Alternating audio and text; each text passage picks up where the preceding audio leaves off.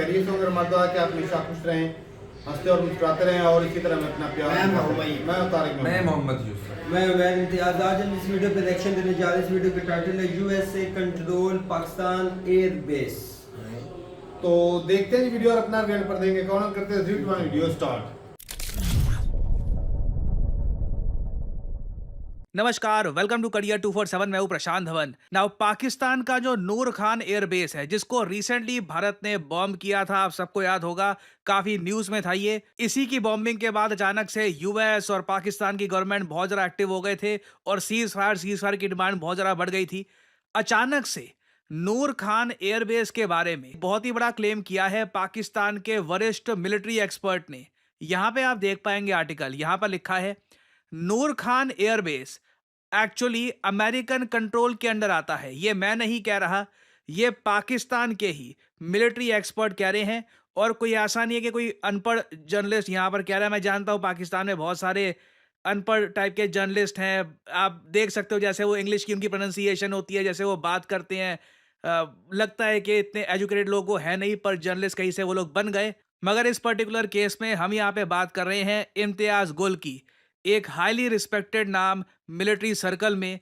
उन्होंने ये दावा किया है रिसेंट वीडियो में कि नूर खान एयरबेस को एक्चुअली अमेरिकन्स कंट्रोल करते हैं और इसलिए जब यहाँ पर इंडियंस ने बॉम्बिंग करी, जब इसको यहाँ पे डिस्ट्रॉय कर दिया, अच्छे से यहाँ पे आप देख पाओगे इंफ्रास्ट्रक्चर को बुरी तरीके से इंडियन मिसाइल्स ने डैमेज कर दिया, अचानक से अमेरिकन्स हरकत में आ गए। ये जो छोटी सी क्लिप है इम्तियाज गुल की, ये मैं आपको दिखाना चाहता हूँ और फिर मैं आपको बताऊंगा कि इस मिलिट्री एक्सपर्ट की क्रेडिबिलिटी क्या है, कितनी किताबें ये लिख चुके हैं और क्यों इनकी एक स्टेटमेंट आज के समय इतनी ज्यादा डिस्कशन का पात्र बन रही है, इतने जरा आर्टिकल्स लिखे जा रहे हैं इनकी एक स्टेटमेंट को लेकर।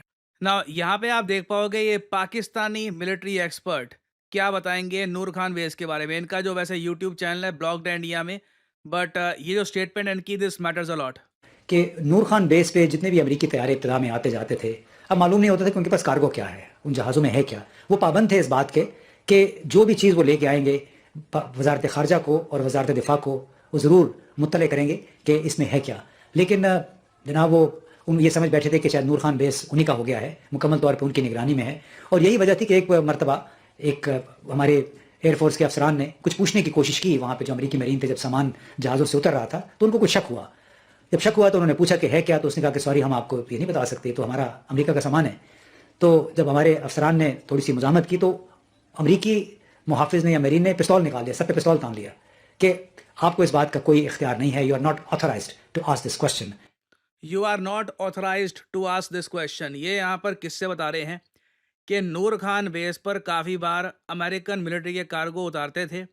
अमेरिकन मिलिट्री अपने हिसाब से जैसे यूज़ करना होता है इस एयरबेस को यूज़ करती थी। ये प्राइमरली वैसे ये अफ़गानिस्तान वॉर की बात कर रहे हैं, जब यूएसए ने ऑक्यूपाई कर रखा था अफ़गानिस्तान, उस टाइम बिल्कुल नूर खान बेस को अमेरिकन्स ने एक्सटेंसिवली यूज़ किया था। मगर इनके शब्दों से, इनकी स्टेटमेंट से ही लग रहा है कि अमेरिकन्स का जो कंट्रोल है और अमेरिकन्स का जो इंटरेस्ट है नूर खान बेस पर, ये ख़त्म नहीं हुआ है। आज भी अमेरिकन्स नूर खान बेस की जो इंपॉर्टेंस है इसको काफ़ी ऊपर रखते हैं और इसलिए जब इंडियंस ने नूर खान बेस को बॉम्ब कर दिया, तब अमेरिका के जो ये जेडी वैंस हैं उन्होंने इमरजेंसी फ़ोन कॉल करनी स्टार्ट कर दी इंडियन गवर्नमेंट को। और फिर उसके बाद जैसे आप लोग जानते हैं पाकिस्तान के जो जनरल वगैरह हैं इन्होंने भी फ़ोन किया, दरख्वास्त करी कि अभी के लिए पॉज कर लीजिए। और फिर अभी के लिए for the time being operation Sindoor pause हुआ है ना। एक बार को यहाँ पे आप कह सकते हैं ये जो इम्तियाज़ गुल हैं ये हामिद मीर टाइप के जर्नलिस्ट तो नहीं है। मैं समझ सकता हूँ आपका एक जेन्युइन कंसर्न यहाँ पे होगा, क्योंकि पाकिस्तान में सबसे बड़ा जर्नलिस्ट अगर ये लोग किसी को मानते हैं अपने देश में तो वो हामिद मीर है। और हामिद मीर की हालत आपने देखी होगी आज से 1 साल पहले जब पीएम मोदी ने एक स्पीच के दौरान अरबन नक्सल ये वर्ड यूज किया था। इस भाई को लगा कि पीएम मोदी ने बोला अरब नस्ल, और ये 3-4 अरब लोगों के साथ बैठकर डिस्कशन कर रहा था कि पीएम मोदी अरब नस्ल के लोगों की बात कर रहे हैं कि जी अरब नस्ल के लोगों के अगेंस्ट एक्शन होगा, ये होगा। तो मतलब बुरे हाल है इनके। एक्चुअली आम पाकिस्तानियों का भी मैं देखता हूँ, कभी एक दो पाकिस्तानी कमेंट सेक्शन में आ जाती है, खराब कमेंट, कुछ बुरा लगता भी नहीं है क्योंकि जैसे टाइप करते हैं, जैसे उनकी लैंग्वेज होती है। बट इम्तियाज गुल की अगर मैं बात करूं, ये पाकिस्तान का जो स्टेट ब्रॉडकास्टर है PTV, वहां पर काम कर चुके हैं। साल 2020 तक वहां पर काम करते थे। उसके बाद पाकिस्तान में एक थिंक टैंक है, centre for research and security studies, वहां पर एज वाइस प्रेसिडेंट काम करते हैं ये। इन्होंने कई किताबें लिखी हैं, काफी फेमस किताबें हैं। Pakistan before and after Osama bin Laden, फिर the most dangerous place, Pakistan lawless frontier, al Qaeda connection, Taliban and terror in the tribal areas, the unholy nexus, Afghan Pak relations under the Taliban, Pakistan pivot to Hizbul Tahrir global caliphate. बहुत ही ज्यादा deep knowledge है इनको। अगर आपको genuinely समझना है ना कि पाकिस्तान का जो ये टेररिज्म का कैंसर है, इसकी कोर प्रॉब्लम क्या है, तो इनका काफी मटेरियल पढ़ने लायक है। ऑफ कोर्स आपको माइंड में रखना होगा कि इन दी एंड ही इज पाकिस्तानी, तो कहीं ना कहीं इनकी एक बायसनेस सामने आ जाएगी। बट कई फॉरेन न्यूज आउटलेट्स में भी ये लिख चुके हैं, वॉल स्ट्रीट जर्नल वगैरह। तो जब इनके मुंह से स्टेटमेंट निकलती है ना कि Noor Khan airbase under American control, ये अपने आप में एक शॉकिंग रेवलेशन है। और क्वेश्चन यहां पर ये उठता है, जब भारत ने नूर खान बेस पे अटैक किया था, क्या तब भी अमेरिकन यहां पे कंट्रोल ज्यादा था? पाकिस्तानी एयरफोर्स के लोग ज्यादा यहां पर आ नहीं सकते थे?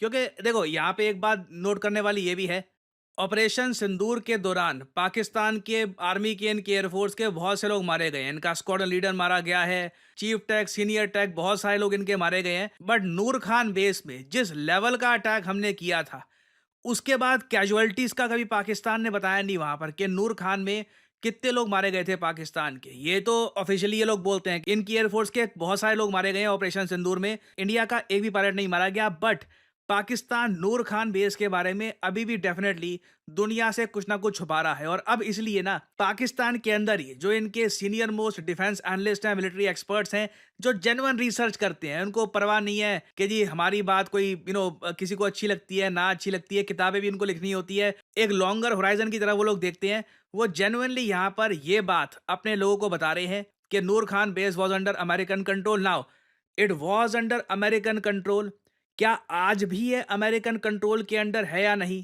क्योंकि इस एयरबेस की आप हिस्ट्री पढ़ोगे, बहुत ही इंटरेस्टिंग है। इस एयरबेस को हमेशा नूर खान एयरबेस नहीं बुलाया जाता था। एक टाइम पे इसका नाम था चकलाला एयरबेस। ये जो नूर खान नाम है, इन्होंने साल 2012 में रखा है। इससे पहले आप जाओ, अमेरिकन फाइटर जेट्स, अमेरिकन ये ट्रांसपोर्ट एयरक्राफ्ट यहाँ पे आम होते थे। और सबसे बड़ी मिस्ट्री यहाँ पर यह है कि नूर खान बेस में जैसे इंडिया ने अटैक किया, तुरंत एक सीक्रेट अमेरिकन प्लेन यहाँ पे आ रहा था, जो पूरी दुनिया ने नोटिस यहाँ पर किया है। सो अगेन नूर खान बेस की जो मिस्ट्री है कि एक्चुअली में यहाँ पर हुआ क्या था, व्हाट एक्चुअली हैपेंड, क्या यहाँ पे कुछ फॉरेनर्स भी मारे गए थे स्ट्राइक में, क्या कुछ यूएस भी छुपा रहा है वगैरह, इसके रिगार्डिंग बहुत सारी जानकारी अभी धीरे धीरे सामने आएगी। क्योंकि थ्योरी बहुत सारी है। एक थ्योरी ये भी कहती है कि जी टर्की के जो ड्रोन ऑपरेटिव्स थे वो यहाँ पर थे, वो भी मारे गए थे यहाँ पर। बहुत सारी बातें इस पर बोली जा रही है, बट वो अनकन्फर्म्ड है। मैं यहाँ पे आपको यही कह रहा हूँ, जो एक पाकिस्तानी एक्सपर्ट अपने देश के बारे में क्या कह रहा है, it is a shocking revelation. और आपको इसके बारे में पता होना चाहिए, क्योंकि आने वाले समय में ना धीरे धीरे जैसे एक पजल सॉल्व करते हैं ना, बहुत सी जानकारी धीरे धीरे आएगी नूर खान एयरबेस के बारे में। हो सकता है कि कुछ महीनों बाद आए, हो सकता है कि 1-2 साल बाद आए, but eventually one day people will get to know कि आखिर यहाँ पे हुआ क्या था, सडनली ऑपरेशन सिंदूर पॉज क्यों हो गया था। और फाइनली यहाँ पे आप लोगों से मैं एक सवाल पूछूंगा। हाल ही में भारत ने 72nd edition of Miss World host किया है। जी हाँ, मिस वर्ल्ड 2025 भारत ने होस्ट किया है। हैदराबाद सिटी में होस्ट किया गया था। ये आपको बताना है किस देश की कंटेस्टेंट बनी है 2025 की मिस वर्ल्ड। ये है यहाँ पे आपकी options, miss Russia, miss Thailand, miss Japan या मिस फ्रांस। कमेंट सेक्शन में करिए उत्तर। जो लोग देंगे सही आंसर, उनकी कमेंट को मैं दे दूंगा हार्ट, ताकि बाकी लोग समझ पाएं कि सही उत्तर क्या है। देखिए, मेरा मानना है अगर आज के समय आप आर्टिफिशियल इंटेलिजेंस का इस्तेमाल नहीं कर रहे काम में, तो आप किसी और ही युग में जी रहे हैं। क्योंकि एआई की मदद से आप बहुत सारी जॉब्स कर सकते हैं, आप बहुत सारा पैसा कमा सकते हैं, अपने आप को अपस्किल कर सकते हैं। फॉर एग्जाम्पल, अगर मान लीजिए मैं दिखाना चाहता हूँ कि कैप्टन अमेरिका ये मुंबई के किसी बिजी स्ट्रीट में वड़ा पाव खा रहा है और उसके ऊपर एक बहुत ही अट्रैक्टिव टेक्स्ट में लिखा है यमी, तो मैं आसानी से कर सकता हूँ सही प्रॉम्प्ट डालकर। और इधर आप लोग देख सकते हैं, it was just that easy. इसके बहुत सारे वेरिएंट आप बना सकते हैं। अगर मैं चाहूँ कि इस इमेज को मैं मूव करवाना चाहूँ, तो इस तरीके से, जैसे कि अपनी स्क्रीन पे आप देख पा रहे हैं, मैं बहुत सारे जनरेटिव एआई सॉफ्टवेयर की मदद से इस इमेज को मूव करवा सकता हूं, एक स्टोरी क्रिएट कर सकता हूं।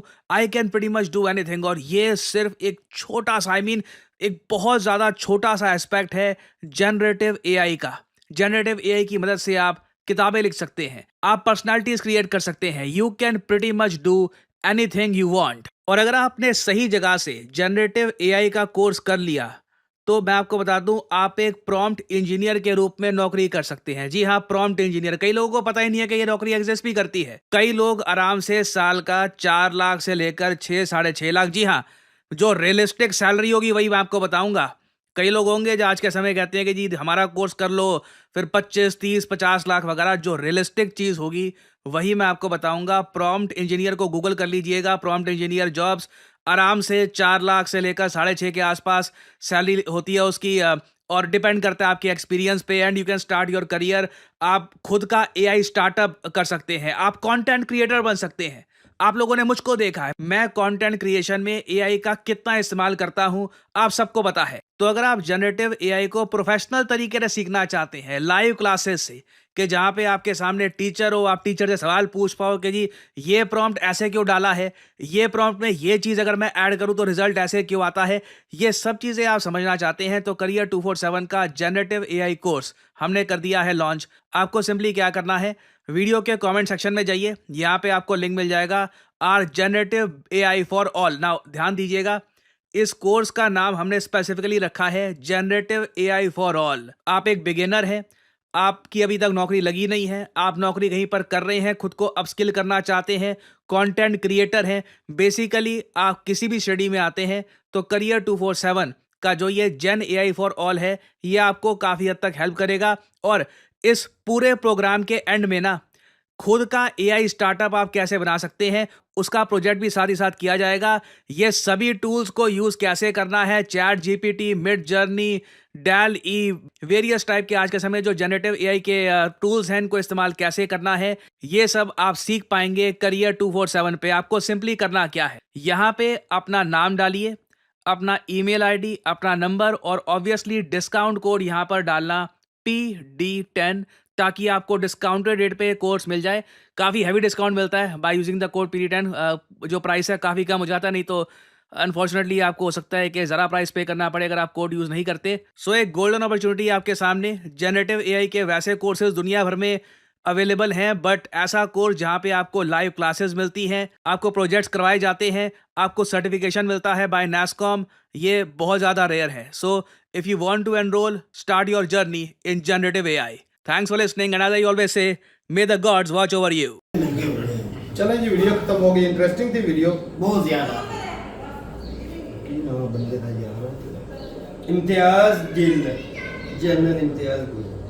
वो जो कह रहे थे कि नूर खान एयरबेस अभी भी इम्तियाज जी, जो गुल इम्तियाज गुल ने भाईजान सोच रहे हैं जनरल है, जो ISI का सरबराह है, वो सोच रहा है वो नहीं है। इम्तियाज गिल है या गुल है? गिल नहीं है। चलो ये वीडियो खत्म हो गई। बड़ी इंटरेस्टिंग थी वीडियो, और हो सकता है भाई साहब के नूर खान एयर बेस पे अमेरिकन कंट्रोल भी हो सकता है, थोड़ा बहुत हो सकता है। शुरुआत में जब साफ ज़ाहिर है कि भाई जब अफगानिस्तान में अमेरिकन फौज थी तो उनका जो नेटो सप्लाई या जो भी उनकी जो हथियार आते थे, जब ज़मीनी रास्ते से या फिजाई रास्ते से, तो कुछ ना कुछ तो भाई चीज़ें कंट्रोल में उनके थी। वो था 2014 तक, वो शुरुआत में हम भी होगा। मानते, लेकिन मौजूदा टाइम पे जो चीज़ें हुई है ना भाई, ये चीज़ मैं कहता हूँ मुमकिन ही नहीं हो सकती कि भाई एक तो अमेरिका का इधर आना जाना लगा रहता हो, हर फौजी जो है वो सीक्रेट चीज़ें नहीं रख सकता, ऐसी चीज़ें ना। बिल्कुल। और कहीं ये भी चीज़ है कि भाई पाकिस्तान को खतरा भी रहता है कि भाई पाकिस्तान के जो न्यूक्लियर वेपन है ना, वो किसी को खबर ना लगे, इजराइल तक ना पहुंच जाए, या ये वो होता है ना, तो ये छुपाने के लिए भी चीज़ें होती भाई हैं। जितना भी कमज़ोर से कमज़ोर मुल्क हो ना, चाहे जैसे हालात में वो अपनी सॉवरेंटी और अपने जो दफाई मामला उनसे कंप्रोमाइज नहीं करता नहीं, क्योंकि अच्छा ये इंडिया की तरफ से कभी कोई शोषा छोड़ा जाता है जी। अब वहाँ पे ये देखें न्यूज़ अब में एक लीक हो हकीकत जो गया। हो गई है ना पूरी दुनिया अभी में ये कहते हैं बदनाम हो अमेरिकन गए का उसको कंट्रोल हो छुपाने गया। के लिए। तो चलो जो भी हुआ कहने तो उनके ऊपर अच्छा। दुम दुबा के भागे तो यही है। अच्छा सबसे बड़ी बात इसकी वीडियो में सर का सीज फायर मकसद के लिए पता क्या भागे यही है? है। मकसद आप नहीं समझे। उनका मकसद ये है कि वो जो सीज फायर हुआ है ना वो पाकिस्तान की वजह से हुआ है, वो अपनी ये अमेरिका की नहीं, वजह नहीं, से नहीं, हुआ नहीं, है। नहीं, वो नहीं, सर का नहीं, मकसद ये है।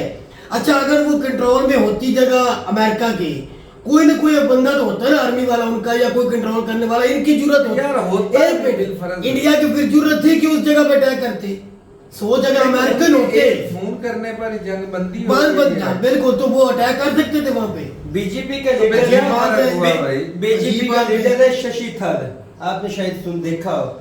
उसका ट्विटर पे भी 2-3 बयान थे बड़ी। शशि थरूर। तो उसने ये बोला था कि इंडिया की तरफ से सीज फायर की रिक्वेस्ट की गई थी 2 दफा, उसके बाद ये सीज फायर। और भाई ये इंडिया की तो तरफ फिर- से एक ही असेंबली के अंदर एक बंदे ने खड़े हो कांग्रेस के हैं वो आजकल दुनिया को जाके बता रहे हैं कि भाई ऑपरेशन सिंदूर किस तरह कंडक्ट किया गया है, उसके पीछे रीजन क्या है, हमने क्या अचीव किया, क्या लॉस हुआ, सारा कुछ वो चीजें तो जो है। अच्छा इन्होंने भाई साहब अटैक किया, पूरी दुनिया में कोई कंट्री है जिसने खुल के बयान दिया जिसने कहा हो कि पाकिस्तान ने भी दहशतगर्दी की है, उसके मध्य मुकाबले इंडिया ने अटैक किया है? नहीं। पूरी दुनिया में कोई कोई एक एक भी country नहीं। इंटरनेशनल मीडिया अगर फॉलो करें ना तो वहाँ पर यही आता है कि भाई पहले टेरर अटैक हुआ, लेकिन जो क्रिटिसाइज था ना इंडिया की, इंडिया को मीडिया लोगों- का क्या है, मीडिया का कुछ नहीं, नहीं, कुछ वो टेरर अटैक हुआ, लेकिन पाकिस्तान ऑफिशियल बंदों का जो हुकूमत में बैठे हुए जो न्यूज़ किसी भी मीडिया पे आती है कंट्री भाई। जो किसी भी कंट्री की नुमाइंदगी करते हैं टेरर अटैक हुआ तो है। उनका बयान- हम मानते हैं गलत हुआ है, लेकिन किसी ने ये ब्लेम नहीं किया कि पाकिस्तान ने किया। हाँ हाँ, ये चीज ये भी अच्छा है। इनकी अपनी असेंबली के अंदर एक नौजवान ये खड़ा चीज होकर भी खिलाफ बोल रहा हाँ जी, था हाँ जी। जंग के बाद भी था एक जंग के बाद तारक इनके असेंबली की तकरीर कर रहा लड़का, वो कह रहा था स्पीकर, जिसको हम स्पीकर बोलते उसको कह रहे थे कि सर मैं अब भी कह रहा हूँ, मैं पहले भी कह रहा था, जब उनके वजीर आजम ने कहा था भाई वो जो हुआ ना पहलगाम वाला हमला, उसने कहा था तहकीक करवाओ, अगर हम साबित होते हैं हम जुर्मदार कबूल करेंगे, अगर हम तहकीक के बगैर ही आप हमला करते तो हम जवाब देंगे। आपने तहकीक के बगैर ही उनके ऊपर हमला कर दिया, आपने बोला कि हमने दहशतगर्दों पे किया है, ऊपर से आपने कह दिया 500 दहशतगर्द, एक भी साबित दहशतगर्द नहीं हुआ, आपने बेगुनाहों को मारा। एक मिनट, अब भी मैं कह रहा हूँ आपने जवाब ले लिया, फिर आपकी कितनी तबाही हुई है? मोदी साहब आप बताएं, असेंबली में चुप बैठे। कर गए थे मोदी चुप कर गए थे, मोदी साहब ने जवाब नहीं उड़ी दिया। में जो अटैक हुआ था ना उड़ी में, वहाँ पे अभी भी वो कहते हैं कि ये 22 पाकिस्तान झूठ अच्छा बोल रहा वहाँ है पे 22 जवान जो इंडियन शहीद हुए। और वो नहीं मानते। दूसरा क्या नाम है, पुंछ में 15 से 16 जो है वो सिविलियन उनकी डेथ हुई है, और जो हिंदुस्तान की चौकियों पे या जो हेडक्वार्टर थे वहाँ पे जो अटैक किए गए हैं, जहाँ से इंडियन आर्मी वो वहाँ से भाग गई थी, तो वहाँ पर भी कई जवानों की शहादत हुई है। अच्छा अब दबे लफ्जों में जो अब इंडियन दिफाई तज्जिया कार है ना, वो भी कहते हैं कि तज्जिया हमारे कार क्या है? जो जहाज गिरे हैं, वो क्या हाय, हाय। सीडीएस जो है इनके, ऑफिशियल मान रहे हैं वो उनके सीडीएस बारे में। अगले दिन वो अमेरिकन ने उनसे भाई साहब ब्लूमबर्ग के क्या है उस न्यूज चैनल का नाम, वो ही ऐसे ज्यादा इंटरव्यूज करता है। अच्छा उन्होंने भाई साहब पूछा है सवाल कि क्या पाकिस्तान ने आपके जेट शॉट डाउन किए हैं, तो उन्होंने कहा सवाल ये ना पूछो कि भाई शॉट डाउन कितने किए, उन्होंने कहा कितने किए, उन्होंने कहा कि भाई सवाल ये ना पूछो कि उन्होंने कितने किए, सवाल ये पूछो, वो ये भी बोला कि भाई उन्होंने शॉट किया है और हमारे जहाज जो डाउन भी हुए। अब वो गोल मोल बात कर गए, उन्होंने ये भी कहा कि भाई अब जो है वो मसला सवाल ये बनता है कि भाई साहब वो जहाज गिरे क्यों। उन्होंने खुद ही बता रहा कि भाई ये नहीं ये कितने गिरे हैं। वो तो क्या जरूरी ये चीज नहीं कि कितने गिरे, जरूरी ये है कि गिरे क्यों, वजह वजह क्या। कहता है कि भाई साहब पहले दिन हमसे गलती हुई, दूसरे दिन हमने वो गलती सुधारी, वो जब बाद में अटैक किया था इनके जो जहाज है जो भाई साहब जो शॉट डाउन हुए पहले दिन ही हो गए थे, असल में इसकी तबाही पहले दिन ही उतर गई थी।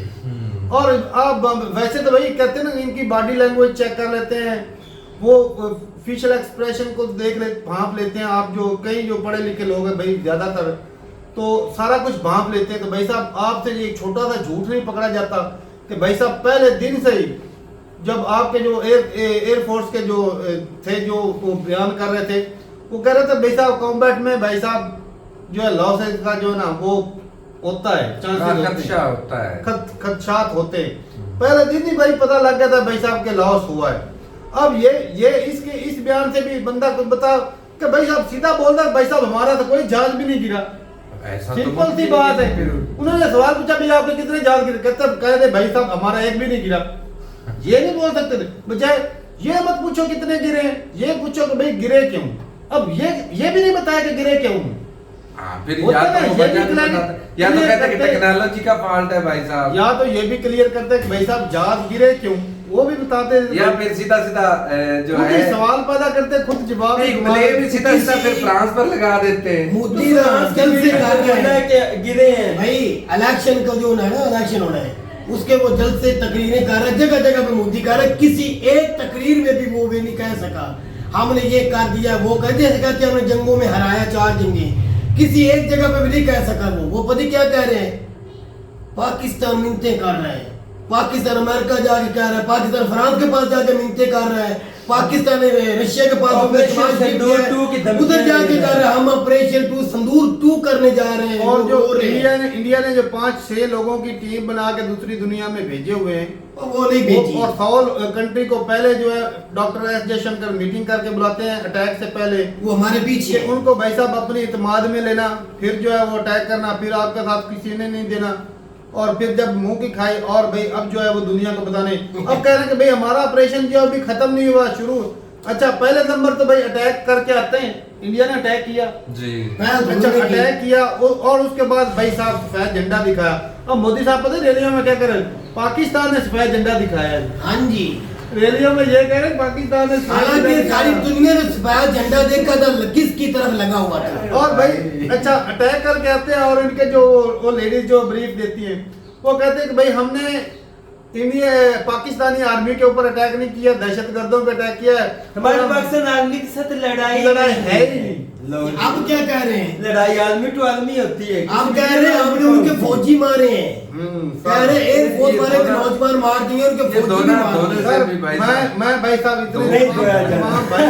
तमाम भाइयों से इतनी रिक्वेस्ट करूंगा भाई साहब, चलो 6 नहीं तो भाई साहब 3 तो मान लो भाई साहब, आपका रफेल लाजमी गिरा है। और जो है वो एक बीजेपी का लीडर है वो मान रहे कि 5 गिराए हैं जहाज। मान रही वो जो व्हाइट कपड़े में बैठ के बता रहा था बीजेपी उसका नाम ही आसान सा है, वो खुद बता रहा था बीजेपी को। ऐसा कुछ है नाम बिल्कुल कुछ है। सुब्रमण्यम वो सारी दुनिया देख रही वीडियो, वो भाई साहब खुद उसका का बोल रहे हैं। इंटरव्यू हो रहा था। और आपके भाई साहब अपोजिशन सारी जिस तरह ना आप हमें दिखाते हैं, वो अपोजिशन में थे इस वक्त कि भाई जो एक पार्लियामेंट में बयान बड़ा फेमस हुआ था ना कि भाई बाजवा साहब की टांगे कांप रही थी कि इंडिया अटैक कर देगा, ये सेम चीज है भाई साहब आपके पार्लियामेंट में भी चल रही है। नहीं, बीटीआई के दौर में ख्वाजा साहब ने बताया था ना, और इमरान खान ने छोड़ा था, तो वो कह रहे थे मीडिया वाले हमारे इंडियन बता रहे थे देखो आपका ऑपोजिशन क्या कह रहे हैं, हाँ। आप हुकूमत वाले झूठ बोल रहे हो। तो भाई उसी तरह सेम आज वो ही हो रहा है। अपोजिशन में भी नहीं, वो तो भाई बीजेपी के हैं लीडर हैं। हाँ वो बीजेपी opposition में। पर लास्ट में मैं तो ये कहना चाहूंगा, हम 4 जंगे हार के मान नहीं बैठे, आप एक हार गए, आप भी मान ली, कुछ नहीं होता, हार मान लो। अरे जा नहीं मान लो भाई साहब, हमारे कितने गिरे यही मान लो, हम तो 4 जंगे हारे हैं। आप तो भाई साहब वो भी नहीं मानने को तैयार। चलें जी सही है। और कई बात होता है ना कि सबूत कई भाई मांगते हैं, भाई सबूत कई दफा नहीं भी होते, लेकिन हकीकत है सबूत सबसे बड़ा यही है कि भाई आपके जो एयरफोर्स के या जो भी डिफेंस मिनिस्टर हैं वो जो है वो जब अब उनका बयान उठा के सुन जब भाई साहब सारी बातें छोड़ दो भाई साहब, कंट्रोल अमेरिका का पूरी दुनिया पर है। हाँ। ये ये इससे पाकिस्तान पे नहीं। कोई अपना ना जो सर वो छिपा नहीं सकता कि इंडिया ने भाई उनके कहने पर सीज फायर नहीं किया, या उनके पास से खुद गए। सबको पता है किसके कहने पे किया है। हाँ जी। वो लड़की जो बैठ के बात कर रही एयरबेस थी, पर उनका कंट्रोल हो ना हो, वो लड़की ऑफिसर ये सबसे पूरी पहले दुनिया इंडियन पर बोला उनका था। कंट्रोल है भाई साहब, और वो चला रहे हैं दुनिया को। अब आप जितना मर्जी पर्दा डाल लें इस जंग की हारने पे, भाई आप हारे हैं, आपको तस्लीम करना पड़ेगा। आपकी अपनी मीडिया, आपकी अपनी नौजवान नस्ल मान रही है, वो खुद कहते आप आ रहे हैं। बीजेपी वाले तो अभी भी नहीं मान भाई। वो मान गए तो सियासत खत्म हो गई। वो एक वो क्या नाम जो पहले सुब्रमण्यम का क्या नाम है, मुझे भाई नाम याद नहीं है। अगर किसी भाई को डाउट हो तो मैं वीडियो भेज सकता हूँ। उन्होंने बोला कि 5 जहाज गिराए हैं, तो वो भी भाई साहब बीजेपी के लीडर हैं। तो ठीक है भाई, अब वो इतने सीनियर लीडर हैं, कुछ ना कुछ तो उनके नॉलेज में होगा, उनकी भी भाई साहब पहुंच है। कोई उसकी उम्र देखी आपने, सही बात है, उसके पूरे हिंदुस्तान में पहुंच है भाई, कहीं ना कहीं सूत्रों से पता चल ही जाता है ना। इसी तरह ही जिस तरह बंदे का सबूत दे रहे हैं हमारा मीडिया पर्सन, वो जो जिसका साथ सबूत वीडियो दे रहे थे कि ये देखो ब्लेम कर रहा है, इसी तरह आपका तो अपना बीजेपी का बंदा ब्लेम कर रहा, साबित कर रहा है। चलें जी, सही है। नूर खान एयरबेस की बात करें तो भाई साहब अटैक तो हुआ है, अटैक हुआ भाई साहब, बिल्कुल हुआ है। हमने माना नहीं। आपने ये बोला कि भाई वहां पर अचानक से रेडिएशन लीक हो गई, हाँ। वो भी भाई साहब झूठ था। हमारे DGI SPR ने बताया, उसने फौरन बता दिया था। उन्होंने कहा भाई बिल्कुल झूठ है। और इंटरनेशनल जो टीम होती है वो न्यूक्लियर वाली, उन्होंने भी चेक करके भाई क्लीन चिट दे दी। उन्होंने कहा भाई साहब यहाँ पर पाकिस्तान में कहीं पर भी रेडिएशन नहीं है। नहीं लीक। तो ये बस ना अपने वो मुझ अपना सिर्फ ना ये ब्लेम कर रहे हैं। ये चीजें सिर्फ पता क्यों सोचा छोड़ते हैं कि भाई सीज फायर करने के पीछे वजह क्या? वजह यही है भाई साहब कि आपके 5 फाइटर जेट गिर गए थे, आपकी बॉर्डर के जो नजदीक एरिया लगता था वहां पर तबाही उतर गई थी, आपकी एयरफोर्स नाकाम हुई है। आप मजबूरन हिंदुस्तान को सीज फायर करना पड़ी भाई साहब, यही हकीकत है भाई। अगर ना करते तो ज्यादा ना करते तो नुकसान भाई होता। जो जिस तरह अटैक हो कर रहा था पाकिस्तान, भाई साहब वाट लग जाती है। यार अच्छा ही हुआ, मैं तो कहता हूँ जो रुक गया यार अच्छा ही हुआ। तो भाई मान तो लो कम से कम। चलो जी सही है भाई, आपके एयरफोर्स के या जो डिफेंस के बंदे वो तो मान रहे हैं भाई साहब कि लॉस हुआ है, लेकिन आप तो भाई एक भी मानने को तैयार नहीं कि पाकिस्तान एक फाइटर जेट जो है वो गिराया है। चलें जी सही है भाई, अपनी राय जरूर बताइएगा कमेंट सेक्शन में। और हाँ भाई, अमेरिका का भाई साहब कहीं पर भी वो दबदबा अपना दिखा सकते हैं, या तो आप सारी दुनिया में देख लो, हाँ। अमेरिका जो चाहे बनवा लेता कर है। सकता है। तो ठीक है भाई, मिलते नहीं वीडियो के साथ, तब तक के लिए इजाजत देंगे। अल्लाह हाफिज़।